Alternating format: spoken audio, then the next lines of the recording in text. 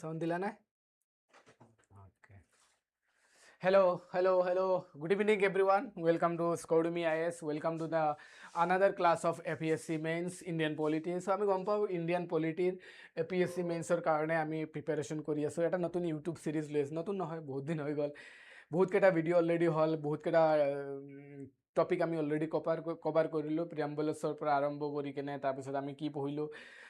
Fundamental right পঢ়িলোঁ, directive principal of state polity পঢ়িলোঁ, fundamental duty পঢ়িলোঁ। এণ্ড লাষ্ট ক্লাছ আমি ডিছকাছ কৰিছিলোঁ ফেডাৰেলিজম বা ইণ্ডিয়ান ফেডাৰেলিজম, এইবিলাক কনচেপ্ট আমি লাষ্ট ক্লাছ ডিছকাছ কৰিলোঁ। চ' আজিৰ ক্লাছত আমি ডিছকাছ কৰিম one of the important subject বা one of the important topic of our APSC mains from the Indian polity, that is centre state relation. বহুত important হয়, বহুত ইম্পৰ্টেণ্ট হয় চেণ্টাৰ ষ্টেট ৰিলেশ্যন। চ' আজি এইটো পঢ়িম চেণ্টাৰ ষ্টেট ৰিলেশ্যন। ইয়াৰ ওপৰত UPSC বা APSCৰ আমি প্ৰত্যেক বছৰ এটা বা দুটা আমি কুৱেশ্যন দেখা পাওঁ। প্ৰত্যেক বছৰ পাৰ ইয়াৰ আমি এটা বা দুটা কুৱেশ্যন এই টপিকটোৰ পৰা দেখা পাওঁ। চেণ্টাৰ ষ্টেট ৰিলেশ্যনৰ পৰা আমি কুৱেশ্যন দেখা পাওঁ, গম পাইছা। চ' লাষ্ট ক্লাছত আমি যিটো পঢ়িছিলোঁ এইটো আছিল কি ফেডাৰেলিজম। চ' ফেডাৰেলিজম আৰু চেণ্টাৰ ষ্টেট ৰিলেশ্যনটো কি হয় মই অলপ ইয়াতে সংক্ষিপ্ত হিচাপে বুজাই দি আছোঁ। ফেডাৰেলিজম আৰু ইয়াতে কি পঢ়ি আছোঁ আমি, centre state relation, centre state relation. So' federalism বুলি কোৱাৰ লগে লগে আমি গম পাওঁ তাতে অলপ ডিফাৰেণ্ট হয় আৰু চেণ্টাৰ ষ্টেট ৰিলেশ্যনটো অলপ ডিফাৰেণ্ট হয়। বাকী তাৰে এটাই চিমিলাৰিটি আছে যে ইয়াতে চেণ্টাৰ আৰু ষ্টেটৰ কথাই কোৱা হয়। দুটা বস্তু দুইটা বস্তুৰ মাজত এটা চিমিলাৰিটি আছে যে ইয়াতে চেণ্টাৰ আৰু ষ্টেটৰ মাজত যিটো যে ৰিলেশ্যন বা চেণ্টাৰ আৰু ষ্টেটৰ মাজত যিটো যে কোঅৰ্ডিনেশ্যন, এই বস্তুটো ইয়াতে আমি দেখা পাওঁ। চ' এটা হৈছে ফেডাৰেলিজম আৰু এটা হৈছে কি centre state relation. So' federalism বোলা বস্তুটো কি, ফেডাৰেলিজম বোলা বস্তুটো মই লাষ্ট ক্লাছত ডিছকাছ কৰিছিলোঁ। যেতিয়া চেণ্টাৰ আৰু ষ্টেটৰ মাজত, ফেডাৰেলিজম নট অনলি চেণ্টাৰ ষ্টেটৰ মাজতো আমি ফেডাৰেলিজম দেখা পাওঁ। চ' চেণ্টাৰ আৰু ষ্টেটৰ মাজত যেতিয়া আমি পাৱাৰ ডিভিজন দেখা পাওঁ, পাৱাৰ ডিভিজন মনত ৰাখিবা, পাৱাৰ ডিভিজন, চেণ্টাৰ আৰু ষ্টেটৰ মাজত পাৱাৰ ডিভিজনটো কেনেকা হ'ব পাৰে, power division it may B কেনেকা ডিভিজন হ'ব পাৰে, executive power division, legislative power division, financial power division, তাৰপিছত আমি আৰু এটা ইম্পৰ্টেণ্ট দেখা পাওঁ জুডিচিয়েল পাৱাৰ ডিভিজন। চ' চেণ্টাৰ আৰু চেণ্ট্ৰেল গভৰ্ণমেণ্ট আৰু ষ্টেট বা চেণ্টাৰ আৰু ষ্টেটৰ মাজত যদি executive, legislative, financial and judicial আমি পাৱাৰ ডিভিজন দেখা পাওঁ, তাকে আমি কি বুলি কওঁ, ফেডাৰেল বুলি কওঁ। চ' ফেডাৰেল বস্তুটো কি হয় আমি লাষ্ট ক্লাছত ডিছকাছ কৰিছিলোঁ। There are two type of federalism, two type of federal character based on their power division. Power divisionৰ ওপৰত বেছ কৰি কেনে আমি দুটা টাইপৰ ফেডাৰেলিজম দেখা পাওঁ। এটা হৈছে কি ট্ৰু ফেডাৰেলিজম, যিটো আমি আমেৰিকাত দেখা পাওঁ। তাতে মানে কি হয় চেণ্টাৰৰ আৰু ষ্টেটৰ ওপৰত ইকুৱেল পাৱাৰ ডিষ্ট্ৰিবিউশ্যন হৈ থাকে। চেণ্টাৰত যিমান পাৱাৰ আছে ষ্টেটতো ছেইম পাৱাৰ আছে। That is true federal nature, যিটো আমি আমেৰিকাত দেখা পাওঁ। বাট আমাৰ ইণ্ডিয়াত কি দেখা পাওঁ, আমাৰ ভাৰতবৰ্ষত আমি কি দেখা পাওঁ, আমাৰ ভাৰতবৰ্ষত আমি দেখা পাওঁ আমাৰ যিটো ফেডাৰেল কাৰেক্টাৰ আছে এইটো হৈছে কোৱাচি ফেডাৰেল। কোৱাচি ফেডাৰেল মানে কি চেণ্টাৰ আৰু ষ্টেটৰ মাজত ইকুৱেল পাৱাৰ ডিষ্ট্ৰিবিউশ্যন হোৱা নাই, মানে পাৱাৰটো অলপ চেণ্টাৰৰ ফালে অলপ বেছি কি হৈ আছে, ইনক্লাইন হৈ আছে, চেণ্টাৰৰ ফালে অলপ বেছি পাৱাৰটো কনচেনট্ৰেটেড হৈ আছে। That type of federalism is known as quasi federal according to the KC Hoare, one of the eminent political thinker of India. So KC Hoare মতে আমাৰ ইণ্ডিয়ান যিটো ফেডাৰেলিজম, এই ফেডাৰেলিজমটো কেনেকা কোৱাচি ফেডাৰেল। চ' ফেডাৰেলিজম বস্তুটো কোৱাৰ লগে লগে বা ফেডাৰেল কেৰেক্টাৰটো কোৱাৰ লগে লগে তোমালোকে এটা বস্তু ব্ৰেইনত লৈ আহিবা যে পাৱাৰ ডিভিজন, যিটো পাৱাৰ লৈ কেনে যিটো ডিভিজন তাকে কি কোৱা হয়, ফেডাৰেলিজম বুলি কোৱা হয়। Not only centre and state, আমি ষ্টেটৰ মাজতো আমি পাৱাৰ ডিভিজন দেখা পাওঁ, গম পাইছা। কোনো এখন ষ্টেট আৰু বেলেগ ষ্টেট আছে না, ফৰ এক্সাম্পল আমাৰ আসাম, ওয়েস্ট বেংগল, বিহাৰ, এইবিলাক কি হয় ষ্টেটৰ। চ' ষ্টেটৰ মাজতো আমি কি দেখা পাওঁ, ফাইনেন্সিয়েল ডিভিজন দেখা পাওঁ, লেজিছলেটিভ ডিভিজন দেখা পাওঁ, এক্সিকিউটিভ ডিভিজন দেখা পাওঁ, পাৱাৰ ডিভিজন দেখা পাওঁ। চ' এইটোক আমি বেচিকেলি কি কওঁ, হৰাইজেণ্টেল ফেডাৰেলিজম বুলি কওঁ। আৰু এই চেণ্টাৰ আৰু ষ্টেটৰ মাজৰ যিটো ডিভিজন তাকে আমি কি বুলি কওঁ, ভাৰ্টিকেল ফেডাৰেলিজম বুলি কওঁ। চ' ফেডাৰেলিজম বুলি কোৱাৰ লগে লগে এটা বস্তু তোমালোকে মনত ৰাখিবা, এইটোক চিম্পলি যদি আমি এটা লাইনত লিখিব পাৰোঁ বা চিম্পলি দুটা শব্দত যদি আমি প্ৰকাশ কৰোঁ, তেতিয়াহ'লে এইটো কি হ'ব, power division. So' power division between administrative organ বা এডমিনিষ্ট্ৰেটিভ অৰ্গেন বা এডমিনিষ্ট্ৰেটিভ ইনষ্টিটিউটৰ মাজত যিটো পাৱাৰ ডিভিজন তাকে আমি কি বুলি কওঁ ফেডাৰেলিজম বুলি কওঁ ফেডাৰেল বুলি কওঁ so' it may be vertical federalism it may be horizontal federalism so' এইটো আমি লাষ্ট ক্লাছ আমি ডিছকাছ কৰিছিলোঁ ফেডাৰেলিজম কি হয় based on the power division there are two type of federalism one is quasi federal one is কি true federal আমি discuss কৰিছোঁ আমাৰ ইণ্ডিয়াৰ ফেডাৰেলিজম আমেৰিকাৰ ফেডাৰেলিজমৰ লগত আমি কম্পেয়াৰ কৰিছিলোঁ তাৰপাছত আমি based on the nature of federalism nature মানে কি এই যে চেণ্টাৰ আৰু ষ্টেটৰ মাজত যিটো পাৱাৰ ডিভিজন হৈ আছে এই পাৱাৰ ডিভিজন লৈ কেনে চেণ্টাৰ আৰু ষ্টেটৰ মাজত কেনেকা ৰিলেশ্যনশ্বিপ ইষ্টাব্লিছড হৈছে based on the relationship centre আৰু ষ্টেটৰ ৰিলেশ্যনশ্বিপৰ ওপৰত বেছ কৰি কেনে আৰু এটা আমি ফেডাৰেলিজম দেখা পাওঁ আৰু কিছুমান ফেডাৰেলিজম দেখা পাওঁ যেনেকা cooperative federalism competitive federalism confrontative federalism so' this type of federalism are based on the relation so' মনত ৰাখিবা চেণ্টাৰ আৰু ষ্টেটৰ ওপৰত চেণ্টাৰ আৰু ষ্টেটৰ ৰিলেশ্যনশ্বিপৰ ওপৰত বেছ কৰি কেনে যিবিলাক ফেডাৰেলিজম দেখা পাওঁ সেইবিলাক ফেডাৰেলিজম কি হয় কোঅপাৰেটিভ ফেডাৰেলিজম যাৰ ওপৰত APSC কুৱেশ্যন সুধিছে তাৰপিছত কি আহি যায় কম্পিটিটিভ ফেডাৰেলিজম তাৰপিছত কি আহি যায় confrontative federalism so' this are the federalism this three type of federalism are based on the center state relationship based on the division of power power ডিভিজনৰ ওপৰত বেছ কৰি কেনে চেণ্টাৰ আৰু ষ্টেটৰ মাজত কেনেকা ৰিলেশ্যনশ্বিপ ইষ্টাব্লিছড হৈছে ভাল ৰিলেশ্যনশ্বিপ বন্ধুত্বপূৰ্ণ নে কোঅপাৰেটিভ নে কম্পিটিটিভ নে কাজিয়াত মানে কনফ্ৰণ্টেটিভ ৰিলেশ্যন ইষ্টাব্লিছড হৈ আছে চ' পাৱাৰ ডিভিজনৰ ওপৰত বেছ কৰি কেনে চেণ্টাৰ আৰু ষ্টেটৰ মাজত কেনেকা ধৰণৰ সম্পৰ্ক এটা স্থাপন হৈছে আৰু সেই সম্পৰ্কৰ ওপৰত বেছ কৰি কেনে আমি তিনিটা ধৰণৰ ফেডাৰেলিজম দেখা পাওঁ এটা হৈছে কোঅপাৰেটিভ কম্পিটিটিভ আৰু এটা হৈছে কনফ্ৰণ্টেটিভ ফেডাৰেলিজম যিবিলাক বস্তু আমি লাষ্ট ক্লাছ ডিছকাছ কৰিছিলোঁ আজিৰ ক্লাছত আমি ডিছকাছ কৰিম নট অনলি ফেডাৰেল কেৰেক্টাৰ আজিৰ ক্লাছত ডিছকাছ কৰিম চেণ্টাৰ আৰু ষ্টেট যিটো আছে চেণ্টাৰ বুজিছা চেণ্টাৰ বুলি কোৱাৰ লগে লগে অনলি গভৰ্ণমেণ্ট নাহে চেণ্টাৰ বুলি কোৱাৰ লগে লগে ইয়াতে কি আহি যায় এক্সিকিউটিভ আহে এক্সিকিউটিভ মানে ইয়াতে গভৰ্ণমেণ্ট আহি যাব তাৰপিছত কি আহি যাব লেজিছলেচাৰ কোৱাৰ লগে লগে ইয়াতে পাৰ্লিয়ামেণ্ট আহি যাব তাৰপিছত কি আহি যায় জুডিচিয়েল কোৱাৰ লগে লগে ইয়াতে সুপ্ৰিম কোৰ্ট আহি যায় চ' এই যে চেণ্টাৰ আৰু ষ্টেট আছে এই চেণ্টাৰ আৰু ষ্টেটৰ মাজত কেনেকা ধৰণৰ ৰিলেশ্যনশ্বিপ আছে চ' মনত ৰাখিবা চেণ্টাৰ আৰু ষ্টেটৰ মাজত আমি ৰিলেশ্যনশ্বিপটোক বেছিকেলি তিনিটা ধৰণে ভাগ কৰিব পাৰোঁ এটা হৈছে মই এটা পেজ লৈ কেনে বুজাই দি আছোঁ চেণ্টাৰ আৰু ষ্টেটৰ ৰিলেশ্যনশ্বিপ যিটো আছে এইটোক বেছিকেলি তিনিটা ধৰণে আমি ভাগ কৰিব পাৰোঁ তোমালোকে ডায়েগ্ৰাম আঁকিব পাৰা হা চেণ্টাৰ ষ্টেট ৰিলেশ্যন চেণ্টাৰ আৰু ষ্টেটৰ যিটো ৰিলেশ্যন আছে সম্পৰ্ক আছে যিটো ভালপোৱা আছে মানে অনলি ভালপোৱা নহয় কেতিয়াবা কাজিয়াও হয় চ' চেণ্টাৰ আৰু ষ্টেটৰ মাজত যিটো সম্পৰ্ক আছে এইটোক আমি তিনিটা ধৰণে বেছিকেলি ভাগ কৰিব পাৰোঁ মনত ৰাখিবা কেইটা ধৰণে ভাগ কৰিব পাৰোঁ তিনিটা ধৰণে এটা হৈছে কি এটা হৈছে লেজিছলেটিভ ৰিলেশ্যন চবতকৈ ফাৰ্ষ্ট আমি কি পাওঁ লেজিছলেটিভ ৰিলেশ্যন এটা পাওঁ কি লেজিছলেটিভ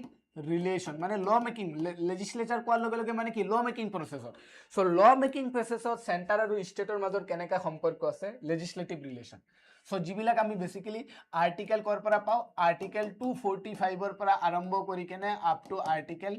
250 চামথিং এনেকালৈকে পাওঁ আমি গম পাইছা 257 না 58 এনেকালৈকে পাওঁ মই একজেক্ট আৰ্টিকেল পাহৰি গৈছোঁ এনেকৈ 55 দিলে ধৰি লোৱা এভাৰেজ চ' এইটো হৈছে লেজিছলেটিভ ৰিলেশ্যন যিবিলাক আৰ্টিকেলত মেনশ্যন আছে যেনেকৈ ইয়াতে আৰ্টিকেল 249ত লিখা আছে যে কি কৰিব পাৰে আমাৰ যেতিয়া ৰাজ্যসভাই ষ্টেট লিষ্টত ল বনাব পাৰে আৰ্টিকেল 250ত লিখা আছে during the time of national emergency Indian পাৰ্লিয়ামেণ্টে ষ্টেট লিষ্টত ল বনাব পাৰে চ' এইবিলাক বস্তু ইয়াতে লিখা আছে লেজিছলেটিভ ৰিলেশ্যন তাৰপিছত আহি যায় কি এক্সিকিউটিভ ৰিলেশ্যন কাৰ্যপালিকাৰ সম্পৰ্ক কি চেণ্টাৰ আৰু ষ্টেটৰ মাজত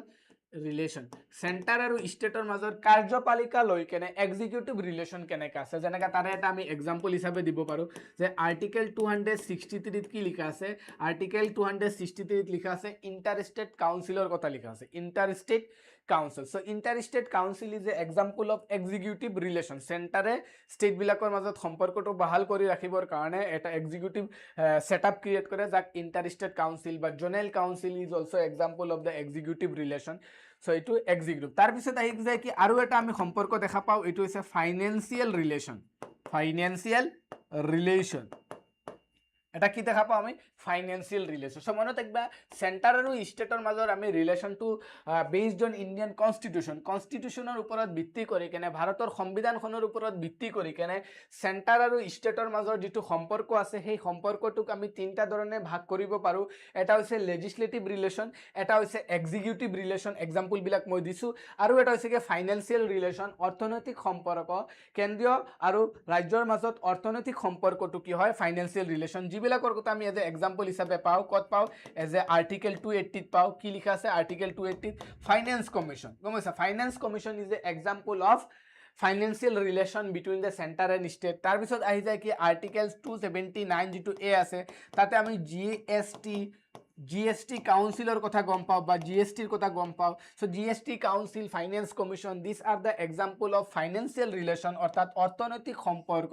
কেন্দ্ৰ আৰু ৰাজ্যৰ মাজত চেণ্টাৰ আৰু ষ্টেটৰ মাজৰ যিটো ফাইনেন্সিয়েল ৰিলেশ্যন তাৰে এক্সাম্পল আমি ফাইনেন্স কমিশ্যনৰ এক্সাম্পল ল'ব পাৰোঁ GST কাউন্সিল তাৰ এক্সাম্পল হিচাপে ল'ব পাৰোঁ কাৰণ ফাইনেন্স কমিশ্যনে কি কৰে ফাইনেন্স কমিশ্যনে চেণ্টাৰ আৰু ষ্টেটৰ মাজত কি কৰে চেণ্টাৰ আৰু ষ্টেটৰ মাজত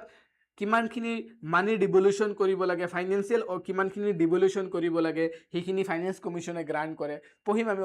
অলপ পিছত বৰ্তমান 16 ফাইনেন্স কমিশ্যন চলি আছে অলপ পিছত আমি পঢ়িম GSTৰ কথা আমি গম পাওঁ গমছা বস্তুটো সো GST কম্পেনসেশ্যন এইবিলাক লৈ কিনে নিউজত আছে সো এইটো basically centre and state relation based on কনষ্টিটিউশ্যনৰ ওপৰত ভিত্তি কৰি কিনে বেছড অন কনষ্টিটিউশ্যন আমাৰ ভাৰতৰ সংবিধানৰ ওপৰত ভিত্তি কৰি কিনে চেণ্টাৰ আৰু ষ্টেটৰ মাজৰ ৰিলেশ্যনশ্বিপটো আমি বেসিক্যালি তিনিটা ধৰণৰ দেখা পাওঁ এটা হৈছে লেজিসলেটিভ এটা হৈছে এক্সিকিউটিভ আৰু এটা হৈছে ফাইনেন্সিয়েল ৰিলেশ্যন এই তিনিটা ধৰণৰ সম্পৰ্ক আমি দেখা পাওঁ সো এইটো কনষ্টিটিউশ্যনৰ ওপৰত ভিত্তি কৰি কিন্তু এই সম্পৰ্ককেইটাত আমি কি দেখা পাওঁ এই যিটো ৰিলেশ্যন আছে এই ৰিলেশ্যনটোত আমি বেসিক্যালি কি দেখা পাওঁ কেতিয়াবা আমি কি দেখা পাওঁ এই যিটো ৰিলেশ্যন আছে এই ৰিলেশ্যনটো বন্ধুত্বপূৰ্ণ যিটো সম্পৰ্ক সো ফৰ এক্সাম্পল আমাৰ ডে টু ডে লাইফৰ লগত কানেক্টেড তো ফৰ এক্সাম্পল মই কোনোবা এগৰাকী ছোৱালীক ভাল পাওঁ মোৰ কোনোবা এগৰাকী গাৰ্লফ্ৰেণ্ড আছে গম পাইছা নাই জাষ্ট এক্সাম্পল হিচাপে দিছোঁ কোনোবা এগৰাকী মোৰ গাৰ্লফ্ৰেণ্ড আছে সেই গাৰ্লফ্ৰেণ্ডগৰাকীক মই বহুত ভাল পাওঁ তাইৰ লগত মোৰ ভাল এটা ৰিলেশ্যনশ্বিপ চলি আছে ভাল এটা সম্পৰ্ক চলি আছে তেনেকাতো নহয় যে এনেকা কোনো গাৰ্লফ্ৰেণ্ডে নাথাকিব পাৰে বা এনেকা কোনো ছোৱালী বা এনেকা ল'ৰাই নাথাকিব পাৰে যে সিহঁতে ভাল ৰিলেশ্যনশ্বিপত আছে বা সিহঁতৰ মাজত কেতিয়াও কাজিয়া হোৱা নাই সো ৰিলেশ্যনশ্বিপ বোলা বস্তুটো কোৱাৰ লগে লগে এনেকা মধুৰ সম্পৰ্ক বুলি ভাবিবা তাতেও কেতিয়াবা কাজিয়া পেচাল হয় গম পাইছা বস্তুটো সো ৰিলেশ্যনবিলাক কোৱাৰ লগে লগে ইয়াতে দুটা আমি সম্পৰ্ক দেখা পাওঁ এটা কেতিয়াবা পাম আমি কপাৰেশ্যন দেখা পাওঁ গম পাইছা যে মই APSCৰ কাৰণে প্ৰিপাৰেশ্যন কৰি আছোঁ আৰু মোৰ বয়ফ্ৰেণ্ডে মোক ছাপোৰ্ট কৰি আছে মোৰ গাৰ্লফ্ৰেণ্ডে মোক ছাপোৰ্ট কৰি আছে দিট ইজ দ্য কপাৰেটিভ ৰিলেশ্যন গম পাইছা আৰু যদি কোনোবা এছপাৰেণ্টে মোৰ ভিডিঅ'টো চাই আছা যদি কোনোবাই চাই আছা সো এটা বস্তু মনত ৰাখিবা এই যে চিভিল সাৰ্ভিসৰ যিটো জাৰ্নি এই চিভিল সাৰ্ভিসৰ জাৰ্নিত যদি তোমালোকে কোনোবা ল'ৰা বা কোনোবা ছোৱালীৰ লগত যদি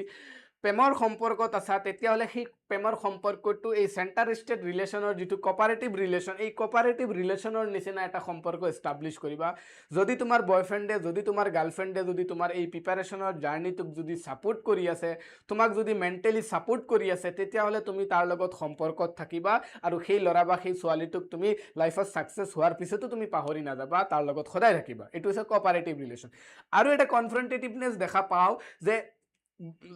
বয়ফ্ৰেণ্ড আৰু গাৰ্লফ্ৰেণ্ডৰ মাজত সম্পৰ্ক আছে তুমি এই প্ৰিপাৰেশ্যনৰ জাৰ্নিত আছা বহুত কষ্ট কৰি তুমি পঢ়ি আছা ডেইলি তুমি আনচাৰ ৰাইটিং কৰি আছা পঢ়ি আছা ডেইলি 8 ঘণ্টা 9 ঘণ্টা পঢ়ি আছা তাৰপিছত তুমি আনচাৰ ৰাইটিং কৰি আছা আৰু ৰাতি 10টা বজাৰ লগে লগে তোমাৰ বাবুচোনা আহি যায় কল কৰি কেনে যে মোক অলপ টাইম দিয়া মোৰ লগত কিয় নপতা তুমি কিমান ডাঙৰ MLA হৈ গৈছা তুমি ACS হৈ গৈছা তুমি মোক টাইম নিদিয়া তুমি মোৰ লগত কথাই নাপতা সো তেনেকুৱা টক্সিক এলিমেণ্ট যদি তোমাৰ লগত আছে এতিয়াও লাইফত তাক ডিলিট কৰি দিয়া পাৰ্মানেণ্টলি ডিলিট কৰি দিয়া এনেকুৱা টক্সিক এলিমেণ্ট লৈ কেনে তুমি লাইফত কেতিয়াও সাকসেস হ'ব নোৱাৰা আজি নহয় তুমি যদি APSC যদি পাই যোৱা APSC পোৱাৰ পিছতো হি তোমাৰ লগত তেনেকাই বিহেভ কৰিব সো তাৰ APSC চাকৰি পোৱাৰ আগতে তাক এৰি দিয়া লাইফৰ পৰা ডিলিট কৰি দিয়া যদি তোমাৰ মাজত কপাৰেটিভ ৰিলেশ্যন তোমালোকৰ মাজত যদি কপাৰেটিভ ৰিলেশ্যনশ্বিপ আছে তেতিয়াহ'লে যোৱা আৰু যদি কপাৰেটিভ ৰিলেশ্যনশ্বিপ নাই যদি কনফ্ৰণ্টেটিভ ৰিলেশ্যনশ্বিপ আছে তোমালোকৰ মাজত তেতিয়াহ'লে তাক লাইফৰ পৰা আঁতৰাই দিয়া গম পাইছা কনফ্ৰণ্টেটিভ ৰিলেশ্যনশ্বিপ কেতিয়াও মোদী আৰু দিদি নহবা গম পাইছা কেতিয়াও মোদী দিদিৰ নিচিনা ৰিলেশ্যনশ্বিপ ইষ্টাব্লিছ নকৰিবা গম পাইছা শুড বি বিকাম কেনেকৈ হ'ব লাগিব মোদী মামা ৰিলেশ্যনশ্বিপ যেতিয়া আছে তেতিয়াহ'লে তোমালোকৰ ছাকচেছ হ'ব পাৰিব মোদী দিদি ৰিলেশ্যনশ্বিপ হ'লে দিদি কেতিয়া জালমুৰি খাই কেনে আউট হৈ যাব পাৰে গম পাইছা চ' এনেকুৱা টাইপ সো সেন্টাৰ স্টেটৰ ৰিলেশ্যনশ্বিপটো আমি কেতিয়াবা কপাৰেশ্যন দেখা পাওঁ, কপাৰেটিভ দেখা পাওঁ, কপাৰেটিভ দেখা পাওঁ আৰু কেতিয়াবা আমি কনফ্ৰণ্টেটিভ দেখা পাওঁ। কপাৰেটিভ মানে কি? কপাৰেটিভ মানে হৈছে ফ্ৰেণ্ডলি আৰু ফ্ৰেণ্ডলি টাইপ, আৰু ইয়াতে আমি কি দেখা পাওঁ? আমি এনিমি বুলি ডাইৰেক্ট নকওঁ, কনফ্ৰণ্টেশ্যন, কাজিয়া চলি থাকে, এনেকুৱা ধৰণৰ ৰিলেশ্যনশ্বিপ দেখা পাওঁ। চ' কাজিয়াৰ মেইন কাৰণটো কি? কাজিয়াৰ মেইন কাৰণটো হৈছে বহুত আমি চেলেঞ্জেছ দেখা পাওঁ। চেণ্টাৰ আৰু ষ্টেটৰ মাজৰ ৰিলেশ্যনশ্বিপৰ বহুত চেলেঞ্জেছ আছে। ডিউ টু দিছ চেলেঞ্জেছ আমি কনফ্ৰণ্টেটিভ আৰু কাজিয়াবিলাক বেচিকেলি দেখা পাওঁ। মনত ৰাখিবা, চেণ্টাৰ আৰু ষ্টেটৰ মাজত বহুত কাজিয়া চলি থাকে। ডিউ টু দিছ কাজিয়া এইবিলাক আমি দেখা পাওঁ, গম পাইছা? Polity with the real life example. Yes, polity নহয়, চব বস্তুবিলাকক তুমি ৰিয়েল লাইফৰ লগত কানেক্ট কৰিবা, তেতিয়া গম পাবা, গম পাইছা? যদি তোমাৰ লাইফত কোনোবা এনেকুৱা নিগেটিভ এলিমেণ্ট আছে, আঁতৰাই দিয়া, গম পাইছা? গম পাইছা? ৰিলেশ্যনটো মোদী দিদি হ'ব নালাগে, মোদী মামা ৰিলেশ্যন হ'ব লাগে, তেতিয়া ছাকচেছ হ'ব। চ' এতিয়া আৰম্ভ কৰি আছোঁ চেপ্টাৰটো। চেণ্টাৰ ষ্টেট ৰিলেশ্যন মই অলৰেডি গোটেইখিনি টপিক বুজাই দিছোঁ। So in India, center-state relation is defined by the distribution of power and responsibilities between the union government and the state government. So eta bostu monot ekbar distribution of power jodi only distribution of power or kotha jodi ko tetia hoyto ki hoy jabo only federal hoy jabo, federalism or concept ai jabo, mane only distribution of power boli koar loge loge ki hoy jay federalism hoy jay. Aru distribution of পাৱাৰৰ লগত অৰ্থাৎ ফেডাৰেলিজমৰ লগত যদি centre আৰু ষ্টেটৰ মাজত যদি ৰেছপন্সিবিলিটিৰ কুৱেশ্যনটো আহি যায়, তেতিয়াহ'লে তাক আমি ৰিলেশ্যনশ্বিপ বুলি কওঁ, গম পাইছা? Centre and relationship. চ' ইয়াতে মনত ৰাখিবা, ইয়াতে ডায়েগ্ৰাম এটা আঁকি দি আছোঁ। Federalism plus responsibility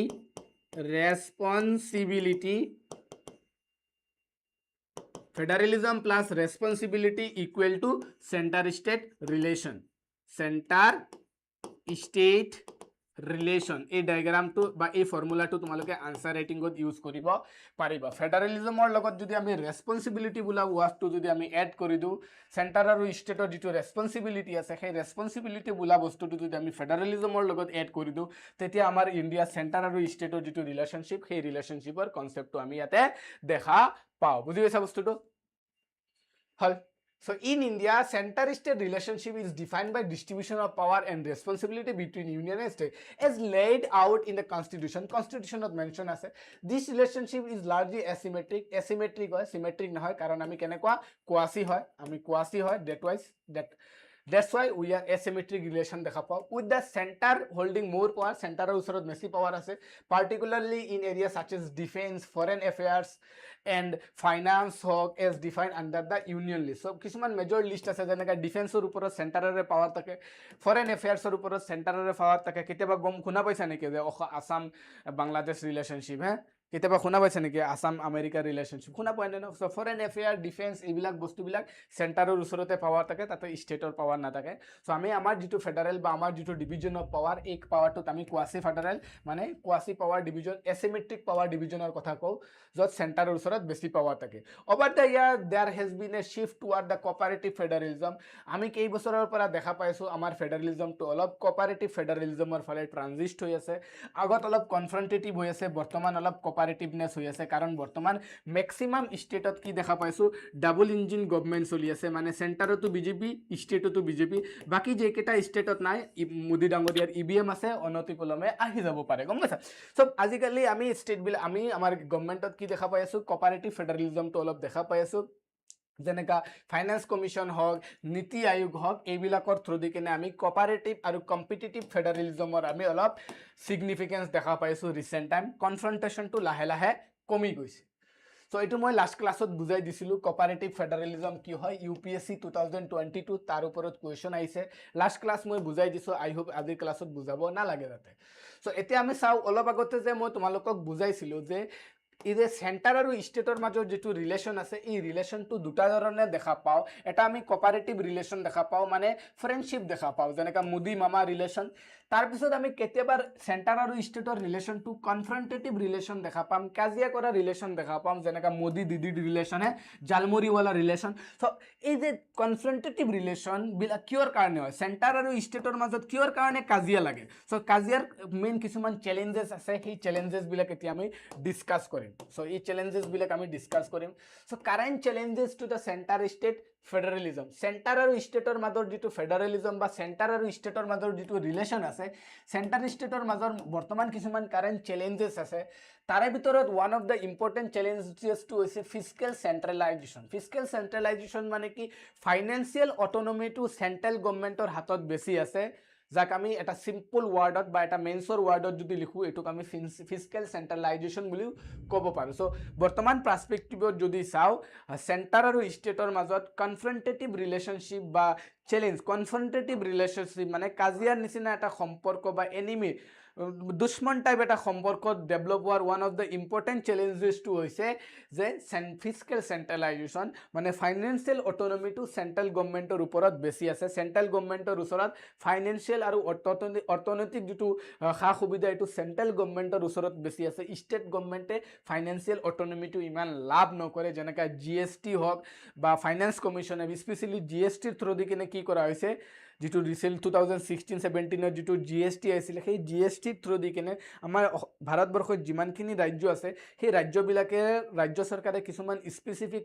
tax collect কৰিছে যেনেকৈ ভেট হওক এক্সাইজ হওক এনেকুৱা ধৰণৰ বহুত কিছুমান সৰু সুৰা সিহঁতে টেক্স কালেক্ট কৰিছিল সিহঁতৰ কিছুমান ৰেভিনিউ অট'নমি আছিল কিন্তু GSTৰ থ্ৰুদি কিনে চেন্ট্ৰেল গভৰ্ণমেণ্টে কি কৰি দিলে ষ্টেট গভৰ্ণমেণ্টৰ বহুতখিনি টেক্স ৰেভিনিউ বা ৰেভিনিউ অট'নমিবিলাক নাইকিয়া কৰি কিনে GSTৰ থ্ৰুদি কিনে চেন্ট্ৰেল গভৰ্ণমেণ্টে গোটেই অট'নমিটো চেন্ট্ৰেল গভৰ্ণমেণ্টে নিজৰ হাতত লৈ গ'ল সো সেইকাৰণে এইটো এটা ডাঙৰ চেলেঞ্জ যে চেন্ট্ৰেল গভৰ্ণমেণ্টৰ ওপৰত গোটেইখিনি ফাইনেন্সিয়েল অট'নমি থকাৰ কাৰণে আমি ফিস্কেল এটা ইনষ্টেবিলিটি বা ফিস্কেল চেন্ট্ৰেলাইজেশ্যনৰ দ্বাৰা এটা ডাঙৰ চেলেঞ্জ দেখা পাওঁ in centre state relation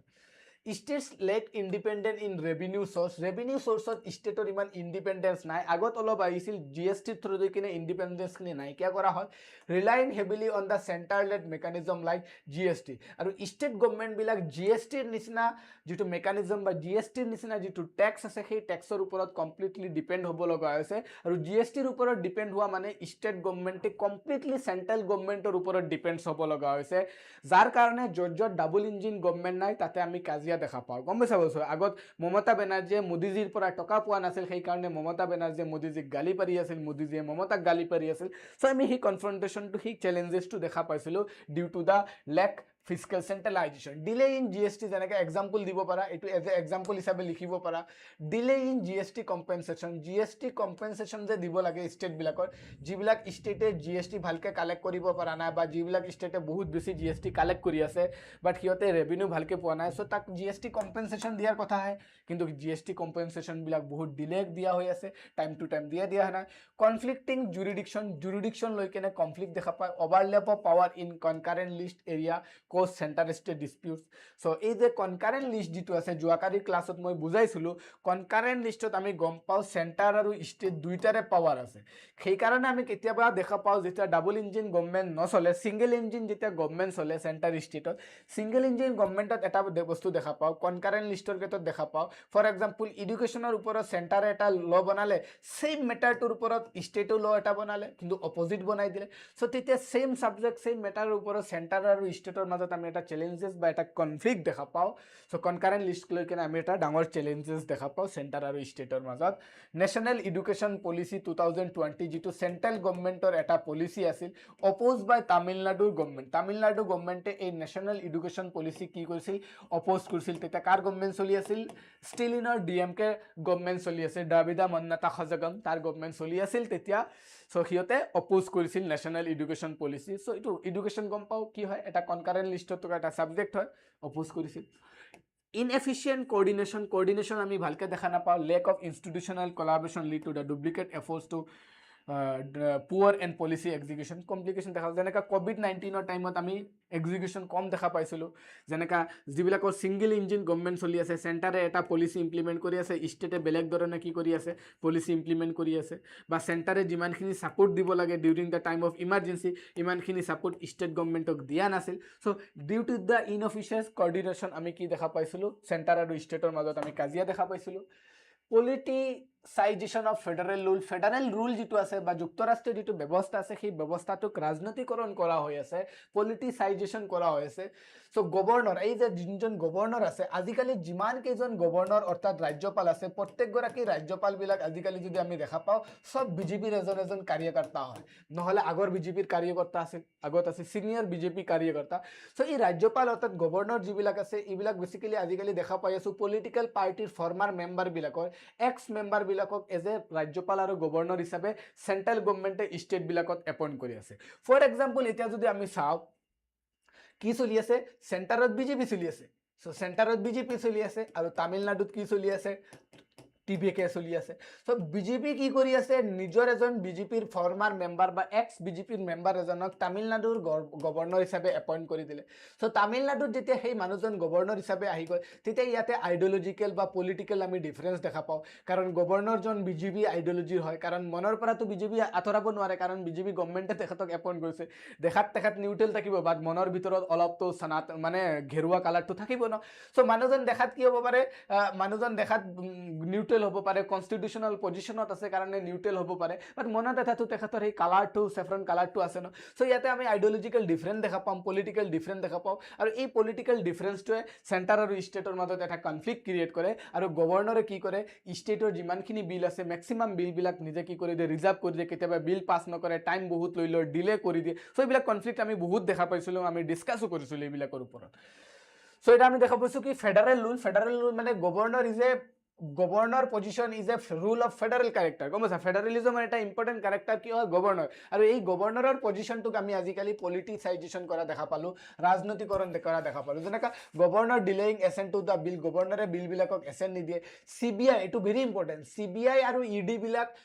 proves in the opposition rule state, যিবিলাক opposition state rule আছে, যেনেকা তামিলনাডু হওক, কৰ্ণাটকা হওক, তেলেংগানা, এনেকুৱা ষ্টেট বিলাকক সিবিআই আৰু ইডি সেন্ট্ৰেল গভৰ্ণমেণ্টে এজ এ পলিটিকেল টুল হিচাপে ব্যৱহাৰ কৰি আছে, গম পাইছা, ফৰ দ্য হৰ্চ ট্ৰেডিং, গম পাইছা, জানা এইবিলাক, মই ভিতৰত নোসোমাওঁ। এছাৰশ্যন অফ কালচাৰেল আইডেণ্টিটি লৈ কেনে চলে, যে আমি নৰ্থ ভাৰ্চেছ সাউথ এটা কনফ্লিক্ট চলি আছে, কনফ্লিক্ট চলাব, বৰ্তমান বিজেপি ট্ৰাই কৰি আছে, বৰ্তমান ভাৰতীয় জনতা পাৰ্টিয়ে এই এজেণ্ডা বা এই প্ৰপেগাণ্ডাটো স্প্ৰেড কৰিব ট্ৰাই কৰি আছে, নৰ্থ ভাৰ্চেছ সাউথ। সেইকাৰণে বিজেপিয়ে কি কৰি আছে, চেণ্ট্ৰেল গভৰ্ণমেণ্টে কি কৰিছে, গোটেই ইণ্ডিয়াৰ যিমানখিনি চব ষ্টেটত হিন্দী লেংগুৱেজটো ফ'ৰ্চফুলি ইম্প'জ কৰিব ট্ৰাই কৰিছে। আমাৰ অসমত কি দৰকাৰ হিন্দী লেংগুৱেজ, ইম্প'জ কৰি দিলে, আমাৰ এছেম্বলিত হিন্দী আহি গ'ল। তামিলনাডু ইম্প'জ কৰিব বিচাৰিছে, কেৰালাত কৰিব বিচাৰি আছে, তেলেংগানাত কৰিব বিচাৰে, য'ত মন যায় তাতে হিন্দী লেংগুৱেজটো ফ'ৰ্চফুলি ইম্প'জ কৰিব বিচাৰিছে। চ' এইটোৱে বেচিকেলি নৰ্থ ভাৰ্চেছ সাউথ মাজত এটা ডিফাৰেঞ্চিয়েশ্যন ক্ৰিয়েট কৰি আছে, এটা কনফ্লিক্ট ক্ৰিয়েট কৰি আছে। So' assertion of the cultural identity লৈ কিনে আমি এটা ডাঙৰ দেখা পাওঁ, যে Tamil Nadu budget use a separate rule, rupee symbol. আৰু তামিলনাডুত আমি দেখা পাওঁ, তামিলনাডু গভৰ্ণমেণ্টে কি কৰিছিল, সিহঁতে ৰুপিৰ এটা তামিল ৱাৰ্ড ইউজ কৰি কিনে সিহঁতে ৰুপিৰ চিম্বল এটা ইউজ কৰিছিল, মানে এক্সট্ৰা মানে এক্সট্ৰিম ৰিজনেলিজমেও এটা চেণ্টাৰ আৰু ষ্টেটৰ মাজত কি কৰে, কনফ্লিক্ট ক্ৰিয়েট কৰে। চ' এইটো এটা এক্সাম্পল দিব পাৰোঁ, মানে কি এক্সট্ৰিম ৰিজনেলিজম মানে অত্যাধিক আঞ্চলিকতাবাদে, অত্যাধিক আঞ্চলিকতাবাদেও চেণ্টাৰ আৰু ষ্টেটৰ মাজৰ সম্পৰ্কৰ ওপৰত কি এটা ব্যাঘাত জন্ম কৰে, গম পাইছা। প্লানিং উইথাউট লোকেল কণ্টেক্সট নোলোৱাকৈ প্লানিং কৰা হয়। টপ ডাউন স্কিম, মানে টপ ডাউন নহয়, ইয়াতে কি কৰা হয়, বটম আপ টপ ডাউন কৰা হয়, মানে ওপৰৰ পৰা ডাইৰেক্ট ইম্প'জ কৰা হয়, থুপি দিয়া হয়, মানে বটম আপ এপ্ৰোচটো নহয়, মানে বটম আপ মানে বটমৰ পৰা ওপৰলৈকে কি কৰা হয়, ইমপ্লিমেণ্ট, মানে তলৰ পৰা ছাজেশ্যন যাব, কণ্টেক্সখিনি তলৰ পৰা লোৱাব, এইটো নহয়, ইয়াতে কৰা হৈছে টপ ডাউন এপ্ৰ'চ, মানে ওপৰৰ পৰা কিবা এটা বস্তু ডাইৰেক্ট থুপি দিয়া হৈছে। চ' এইটো এটা কনফ্লিক্ট দেখা পাওঁ, যেনেকা নীতি দিব পাৰা, গম পাইছে, চেণ্ট্ৰেল স্পন্সাৰ্ড স্কিমৰ কথা ক'ব পাৰা, this are the example of this confrontation. So' recent challenges চাওঁ, and extending the center state relation, UPSC 2024 question, last year question আছিল এটো। So recent challenges চাও, আমি recent challenges খিনি মই অলৰেডি ডিসকাস কৰিছো, আৰু ইয়াতে ডিসকাস কৰিব নালাগে বুলি মই ভাবো। এটা সবতকে ডাঙৰ কি ফাইনান্স কমিশন লৈ কিনে এটা ডাঙৰ চ্যালেঞ্জ, যে স্টেট ট্যাক্স শেয়ার ওয়াজ রিডিউস। আগত সেন্ট্রেল গভর্নমেন্টে ফাইনান্স কমিশনের থ্রু দি কিনে কি করেছিল, ফাইনান্স কমিশনের থ্রু দি কিনে আগত সেন্ট্রেল গভর্নমেন্ট আর স্টেট গভর্নমেন্টর মাজত যদি আমি ট্যাক্স শেয়ার চাইছিলো, সো সেন্ট্রেল গভর্নমেন্টে কি কিমানখিনি 42% ট্যাক্স কাক দি দিছিল, রেভিনিউ স্টেট গভৰ্নমেন্টৰ বিলাকৰ মাজত ভাগ কৰি দি দিছিল, গমছা। যিমান ৰেভিনিউ কালেক্ট হয় সেই ৰেভিনিউ বিলাকৰ 42% ৰেভিনিউ ষ্টেট গভৰ্নমেন্টৰ মাজত ভাগ কৰি দিছিল, আৰু চেণ্টাৰে বাকীখিনি ৰাখিছিল, চেণ্টাৰৰ হাতত ৰাখিছিল, গমছা। কিন্তু লাষ্ট যেটো 16 ফাইনান্স কমিশন, বৰ্তমান যেটো 16 ফাইনান্স কমিশন, এই 16 ফাইনান্স কমিশনে কি কৰিছে, সেন্টাৰ আৰু ষ্টেটৰ মাজত যিটো টেক্স ডিভলিউশ্যন এইটো ৰিডিউচ কৰি দিয়ে সো সেন্টাৰে ইয়াতে 41% দি আছে আগত 42% ষ্টেট গভৰ্নমেণ্টক দিছিল এতিয়া 41% দিলে আৰু বাকি 1% ক'ত ইউজ কৰি আছে ডিফেন্সত ইয়াৰ পৰা 1% কমাই কেনে ক'ত ইউজ কৰি আছে এইখিনি ডিফেন্স আৰু ডিফেন্স যিটো সাবজেক্ট এইটো কেনেকা সাবজেক্ট সেন্টাৰৰ এটা সাবজেক্ট বা ইউনিয়ন লিষ্টত থকা এটা সাবজেক্ট সো এটা ডাইৰেক্ট এটা ডাঙৰ ইস্যু দেখা পালো ডাঙৰ এটা ইস্যু দেখা পালো কি ইস্যু দেখা পালো যে আগত ষ্টেটৰ যিটো টেক্স শেয়াৰ আছিল 42% সেই টেক্স শেয়াৰ 42%ৰ পৰা কমাই কেনে 41% কমাই দিয়া হয় 1% তোমালোকে সুধিব পাৰিবা ন 1% কি হয় ইমান ডাঙৰ কথা কি 1% কমাইছে বাট 1% তো এটা হিউজ এমাউণ্ট হৈছে গম পাইছা বস্তুটো সো 2%ৰ পৰা 41% কমাই দিলে যাৰ কাৰণে এটা কাজিয়া দেখা পালো এডজাষ্ট ফৰ দ্য জম্মু কাশ্মীৰৰ ইউনিয়ন টেৰিটৰী ষ্টেটাছ জিএসটি লৈ কেনে এটা কাজিয়া দেখা পাওঁ আমি created a unified market but cause financial state for states due to the delayed compensation কিছুমান ষ্টেটত যে জিএসটি কম্পেনচেশ্যন দিব লাগে সেই জিএসটি কম্পেনচেশ্যনবিলাক চেণ্ট্ৰেল গভৰ্ণমেণ্টে বহুত ডিলে কৰে যাৰ কাৰণে আমি দেখা পাওঁ কিছুমান ষ্টেট যেনেকৈ আমাৰ নৰ্থ ইষ্টৰ নিচিনা বহুত কিছুমান ষ্টেট আছে এইবিলাক ষ্টেটে ফাইনেন্সিয়েল ষ্টেটছ বা ফাইনেন্সিয়েলি অলপ কি চেলেঞ্জ ভুগিব লগা হয় এইটো এটা ডাঙৰ challenge farm law central laws on state subject triggered protest and were eventually withdrawn. So আমি দেখা পাওঁ আৰ্টিকেল 249 বা আৰ্টিকেল 350 আৰ্টিকেল 352 এইবিলাক আৰ্টিকেল ইউজ কৰি কেনে পাৰ্লিয়ামেণ্টে কি কৰিব পাৰে পাৰ্লিয়ামেণ্টে ষ্টেট লিষ্টৰ ওপৰত ল বনাব পাৰে মনত ৰাখিবা পাৰ্লিয়ামেণ্টে ষ্টেট লিষ্টৰ ওপৰত ল বনাব পাৰে অনলি সাম ফিউ সাৰ্কামস্টান্সেছ যেতিয়া মন যায় তেতিয়া নোৱাৰে গম পাইছা যেনেকা আৰ্টিকেল 249 ইউজ কৰি কিনে ৰাজ্যসভাই ষ্টেট লিষ্টৰ ওপৰত ল বনাব পাৰে বাট ষ্টেটে তাতে কনসেন্ট পাছ কৰিব লাগে আফটাৰ দ্য 6 মান্থ তাৰপিছত 350 ইউজ কৰি কিনে নেশ্যনেল ইমাৰ্জেঞ্চি টাইমত ল বনাব পাৰে নেশ্যনেল ইমাৰ্জেঞ্চি টাইমত ল বনাব পাৰে 352 এইবিলাক ইউজ কৰি কেনে আদাৰ টাইমত পাৰ্লিয়ামেণ্টে ষ্টেট লিষ্টত ল বনাব পাৰে গম পাইছা কিন্তু in some there are some restriction যেতিয়া মন যায় তেতিয়া বনাব নোৱাৰে চেণ্টাৰে ষ্টেটত ল বনাব পাৰে নোৱাৰে কিন্তু আজিকালি কি দেখা পাইছো চেণ্ট্ৰেল গভৰ্ণমেণ্টে এই পাৱাৰ কেইটা মিছ ইউজ কৰি কিনে যেতিয়া মন যায় তেতিয়া ষ্টেট লিষ্টৰ ওপৰত ল বনাই আছে কনষ্টিটিউশ্যনে ডাইৰেক্ট পাৱাৰখিনি ডিভিজন কৰি দিছে 7 শিডিউলৰ থ্ৰু দি কিনে যে এইখিনি তোমালোকে বনোৱা এইখিনি ষ্টেটে বনাব বাট ইয়াতে চেণ্টাৰে কি দেখা পাইছো চেণ্টাৰে নিজৰ পাৱাৰখিনি এক্সিড কৰি কিনে কনষ্টিটিউশ্যনক ভায়োলেট কৰি কিনে যেতিয়া মন যায় তেতিয়া ষ্টেট লিষ্টত গৈ কিনে ল বনাই আছে যেনেকৈ এগ্ৰিকালচাৰ যিটো ছাবজেক্ট এই ছাবজেক্টটো ক'ত আছে ষ্টেট লিষ্টত আছে কিন্তু এই কেইদিন আগত আমি দেখা পাইছোঁ চেণ্ট্ৰেল গভৰ্ণমেণ্টে এটা ফাৰ্মছ ল লৈ আহিছিল যিটো ফাৰ্ম ল লৈ কেনে বহুত ডাঙৰ আমি কি দেখা পালোঁ প্ৰটেষ্ট দেখা পালোঁ কিয়ৰ কাৰণে ফাৰ্ম ল কাৰণ এই ফাৰ্ম লটো বা এগ্ৰিকালচাৰ ৰিলেটেড যদি কিবা ল বনাব লাগে তেতিয়াহ'লে সেই লটো কোনে বনাব ষ্টেট গভৰ্ণমেণ্টে বনাব বাট কোনে বনাই দিছে কোনে বনাই আছে চেণ্ট্ৰেল গভৰ্ণমেণ্টে বনাই আছে সো এইবিলাক লৈ কেনে কনফ্লিক্ট দেখা পাওঁ নীতি আয়োগলৈকেও আমি ৰিচেণ্ট চেলেঞ্জেছ দেখা পাইছোঁ since as the promoting cooperative federalism but criticise for the centralising decision making কাৰণ নীতি আয়োগৰ যোনজন আমি দেখা পাওঁ হেড কোন হয় আমাৰ মোদীজী হয় নহয় PM প্ৰাইম মিনিষ্টাৰ হয় তাতে চেয়াৰমেন হওক বা CEO হওক যোনজন নীতি আয়োগৰ চেয়াৰমেন আছে বা নীতি আয়োগৰ যোনজন CEO আছে বা তাতে থকা যিখিনি এক্সিকিউটিভ মেম্বাৰ আছে বা তাতে থকা যিখিনি টোটেল যিমানখিনি মেম্বাৰ আছে in the NITI Aayog all are the representative of central government তাতে আমি ষ্টেট গভৰ্ণমেণ্টৰ ইমান বেছি ৰিপ্ৰেজেণ্টেটিভ নাপাওঁ মানে ইকুৱেল ৰিপ্ৰেজেণ্টেটিভ নাপাওঁ চেণ্ট্ৰেল গভৰ্ণমেণ্টৰ বেছি ৰিপ্ৰেজেণ্টেটিভ নীতি আয়োগত আছে so' NITI Aayog is a sign is a symbol of cooperative federalism but নীতি আয়োগৰ ওৱান অফ দ্য ইম্পৰ্টেণ্ট ক্ৰিটিচাইজটো কি হৈছে নীতি আয়োগৰ যিমানখিনি কম্পজিশ্যন আছে এই কম্পজিশ্যনখিনিত বেচিকেলি চেণ্ট্ৰেল গভৰ্ণমেণ্ট বা চেণ্টাৰৰ আমি ৰিপ্ৰেজেণ্টেশ্যনটো দেখা পাওঁ চ' ইয়াতে বেচিকেলি নীতি আয়োগৰ যিমানখিনি ডিচিশ্যন মেকিং আছে এইখিনি চেণ্ট্ৰেলাইজ ডিচিশ্যন মেকিং দেখা পাওঁ গম পাইছে ওপৰত যিটো পাৰ্টি আছে সেই পাৰ্টিৰ আইডিঅলজি মতে আমি ডিচিশ্যন মেকিংখিনি দেখা পাওঁ চেণ্ট্ৰেলি স্পন্সাৰ্ড স্কিম আছে তাক লৈ কেনে এটা ডাঙৰ কনফ্লিক্ট আছে যেনেকৈ চেণ্ট্ৰেলি স্পন্সাৰ্ড স্কিমবিলাক কেনেকুৱা হয় যে নৰ্থ ইষ্টাৰ্ণ ষ্টেটবিলাকৰ কাৰণে ফৰ আদাৰ ষ্টেটবিলাকৰ কাৰণে কি হয় 60:40 মানে 60% চেণ্ট্ৰেল গভৰ্ণমেণ্টে খৰচ কৰিব আৰু 40% ষ্টেট গভৰ্ণমেণ্টে খৰচ কৰিব লাগে এই স্কিমত বাট আমাৰ নৰ্থ ইষ্টাৰ্ণ আৰু যিমানখিনি হিমালয়ান যিমানখিনি ষ্টেট আছে এইবিলাকৰ কাৰণে অলপ ডিফাৰেণ্ট হয় তাতে 90:10 হয় চেণ্ট্ৰেল গভৰ্ণমেণ্টে 90% খৰচ কৰিব ষ্টেট গভৰ্ণমেণ্টে কিমান 10% খৰচ কৰিব চ' ইট ইজ এচিমেট্ৰিক পাৱাৰ ডিভিজন বা এচিমেট্ৰিক ফেডাৰেলিজম বুলি ক'ব পাৰোঁ এচিমেট্ৰিক হৰাইজেণ্টেল ফেডাৰেলিজম বা এচিমেট্ৰিক পাৱাৰ ডিভিজন বুলি ক'ব পাৰোঁ গম পাইছা বস্তু চ' এইটো লৈ কেনে এটা চেলেঞ্জেছ দেখা পাওঁ কেতিয়াবা আমি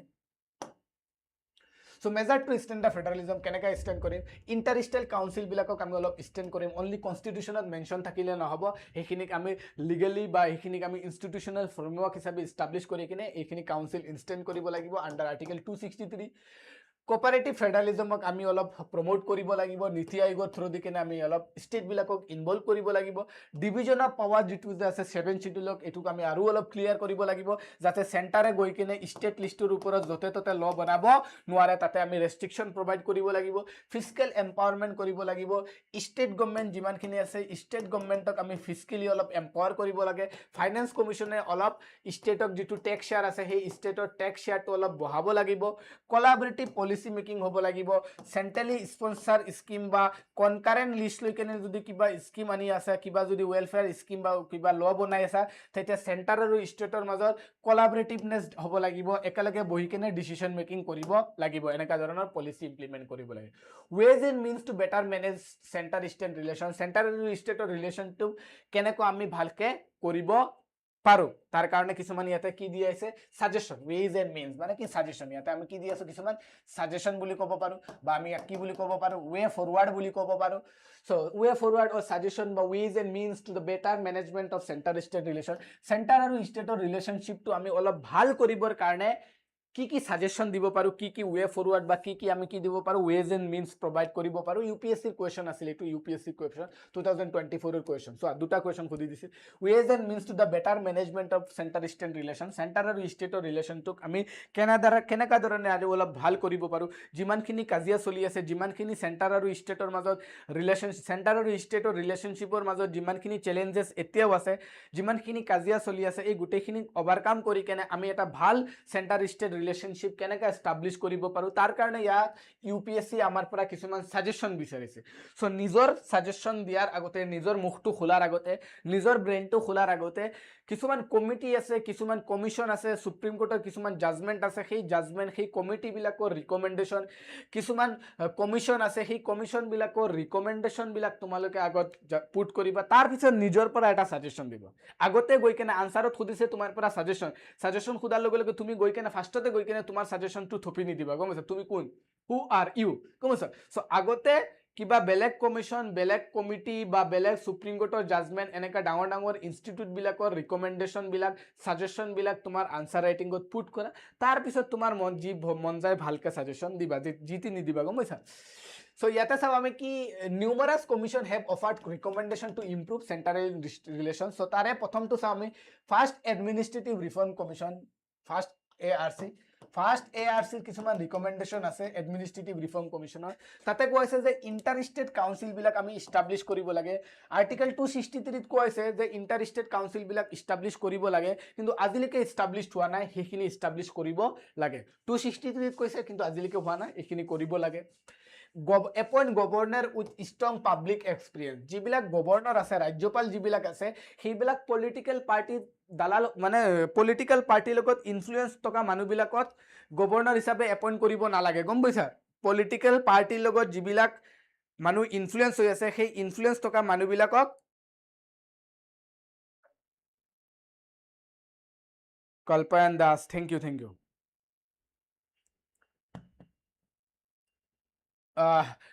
যিমানখিনি ইয়াতে কৈছে কি ফাৰ্ষ্ট ARC ৰিফৰ্ম ডিউটো ফাৰ্ষ্ট এডমিনিষ্ট্ৰেটিভ ৰিফৰ্ম কমিশনৰ ৰিপৰ্ট মতে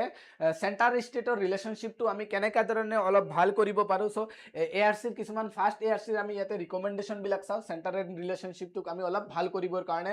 প্ৰথমটো হৈছে ইণ্টাৰষ্টেট কাউন্সিল বিলাক ইষ্টাব্লিছ কৰিব লাগে একৰ্ডিং টু আৰ্টিকেল 263 তাৰ পিছত যিমানখিনি গভৰ্ণৰ আছে ৰাজ্যপাল এই ৰাজ্যপাল বিলাকৰ এপইন্টমেন্টৰ ক্ষেত্ৰত এটা ক্ৰাইটেৰিয়া বনাব লাগে যাকে মন যায় তাকে ৰাজ্যপাল হিচাপে এপইণ্ট কৰিব নালাগে গম পাইছা কোনোবা এজন মানুহ বিজেপিৰ এক্স মেম্বাৰ কোনোবা এজন মানুহ কাৰ্যকৰ্তা এক্স ভলন্টিয়াৰ আছিল পলিটিক্যাল ইনফ্লুয়েন্স থকা কাৰণে তাক আমি ৰাজ্যপাল হিচাপে এজ এ বৰংগনি দিম এনেকুৱাটো নহয় গম পাইছা এটো কোনো এৱাৰ্ড নহয় গভৰ্ণৰ বোলা পজিশনটো কাৰোবাক এৱাৰ্ড দিয়া কাৰণে নহয় গম পাইছা কোনোবাক স্যাটিসফাই কৰিবৰ কাৰণে গভৰ্ণৰ বোলা পোষ্টটো দি দিছে এটো এনেকা নহয় governor is a constitutional position গম পাইছা কনস্টিটিউশনাল এটা পজিশন হয় বহুত ডাঙৰ এটা পজিশন হয় এখন ৰাজ্যৰ তেখেত কোন হয় এক্সিকিউটিভ এক্সিকিউটিভ আৰু কনষ্টিটিউচনেলি তেখেত হেড অফ দ্য পজিশ্যন হয় চ' তেনেকুৱা এটা পজিশ্যনত কোনো পলিটিকেল পাৰ্টি চেণ্টাৰত থকা কোনো পলিটিকেল পাৰ্টিয়ে তেখেতৰ মেম্বাৰবিলাকৰ বা তেখেতৰ যিখিনি এক্স মেম্বাৰ আছে সেই মেম্বাৰবিলাকক এজ এ এৱাৰ্ড হিচাপে এনেকুৱা পজিশ্যনবিলাক তেখেতক দিব নোৱাৰে গম পাইছা বস্তু it is a violation of constitution বুলি ক'ব পাৰোঁ চ' গভৰ্ণৰ হিচাপে এপইণ্ট কৰিবৰ কাৰণে এটা ক্ৰাইটেৰিয়া বনাব লাগে যাকে তাকে উঠাই কেনে গভৰ্ণৰ এপইণ্ট কৰিব নালাগে গম পাইছা বস্তুটো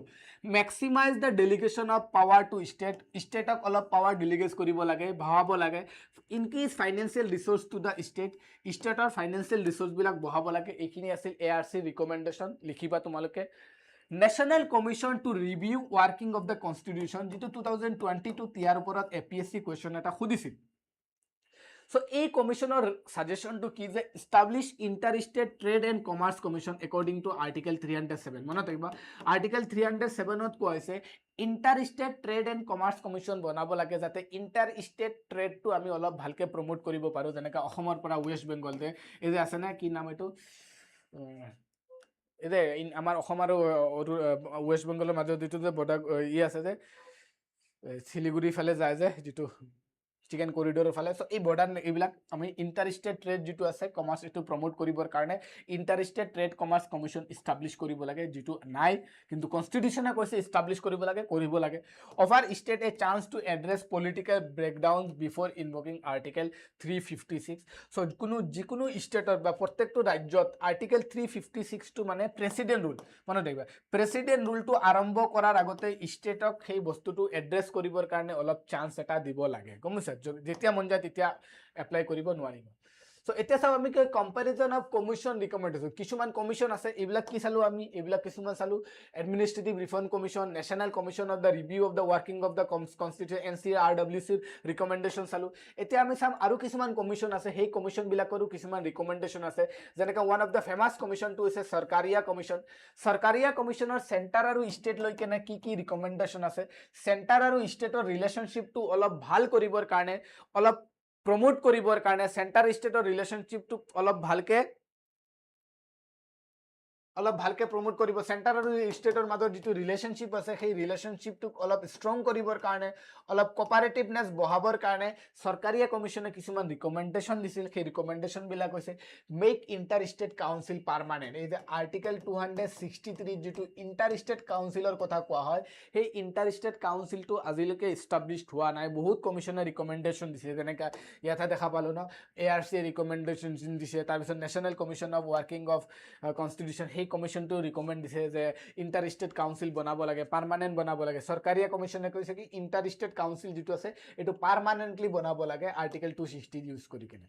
limit use of president rule যে আৰ্টিকেল 256 ৰ তৰদি কেনে যতে মন যায় তাতে কি লগাই দিয়া হয় প্ৰেসিডেন্ট ৰুল লগাই দিয়া হয় সো এই প্ৰেসিডেন্ট ৰুলৰ ইউজ কৰাটো লিমিট কৰিব লাগে যতে ততে ৰাজ্যবিলাকত প্ৰেসিডেন্ট ৰুল লগাই দিব নালাগে সো যতে ততে ৰাজ্যবিলাকত প্ৰেসিডেন্ট ৰুল লগাই দিলে সেই ৰাজ্য চৰকাৰ আৰু সেই ৰাজ্যখন আৰু সেন্ট্ৰেল গভৰ্নমেন্টৰ মাজত বা সেন্টাৰৰ মাজত আমি কাজিয়াটো দেখা পাওঁ অটোমেটিকলি হ'ব কাৰণ তাতে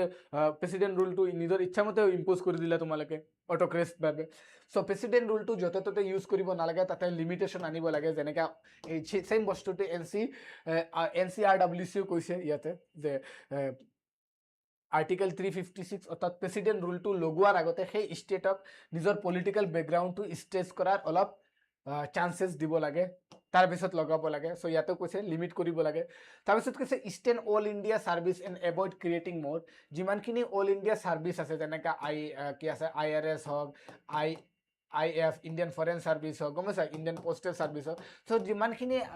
অল ইণ্ডিয়া সাৰ্ভিস আছে সেই অল ইণ্ডিয়া সাৰ্ভিসখিনিক অলপ ষ্টেন কৰা আৰু অল ইণ্ডিয়া সাৰ্ভিস ক্ৰিয়েট কৰিব নালাগে যিমান অল ইণ্ডিয়া সাৰ্ভিস আমি পোষ্ট যিমান বেছি ক্ৰিয়েট কৰিম সিমান সেন্টাৰ আৰু ষ্টেটৰ মাজত আমি কি দেখা পাম কাজিয়া দেখা পাম অলপ সেন্ট্ৰেল টেন্ডেন্সি দেখা পাম ইন সিভিল সাৰ্ভিস সেক্টৰত সো আৰ্টিকেল 312 ইউজ কৰি কেনে আমি কি দেখা পাও অল ইণ্ডিয়া সাৰ্ভিসৰ পোষ্ট বিলাক ক্ৰিয়েট কৰা হয় গমছা যেনে আগত কি আছিল IRS আছিল ইণ্ডিয়ান